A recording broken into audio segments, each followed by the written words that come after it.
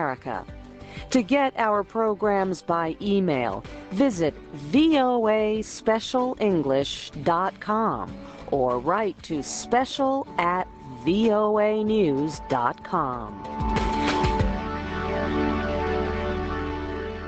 This is Robert Cohen with the VOA Special English Development Report.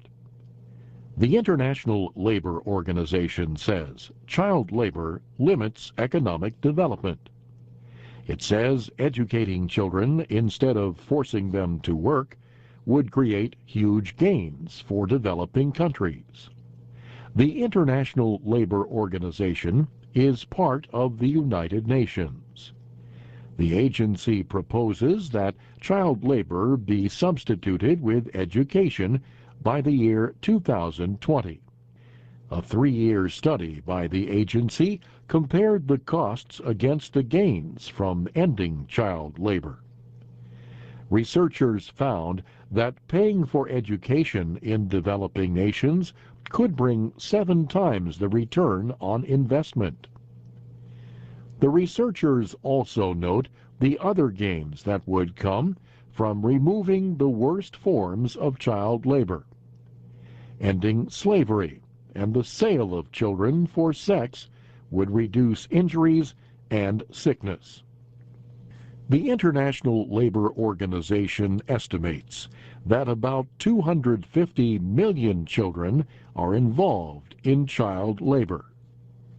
Of these, it says 1 out of every 8 may be working with dangerous chemicals, breathing poisons, or selling sex. The cost to replace child labor with education is estimated at $760,000 million. But the UN agency says the project should be seen as a long-term investment. It says the costs would be higher than returns, mostly during the first 15 years. For example, poor families would have to live at first without the wages earned by their children. To help balance this problem, the labor agency proposes that governments provide financial help to poor families with school-age children. Several nations, including Brazil and Mexico, already have support programs in place.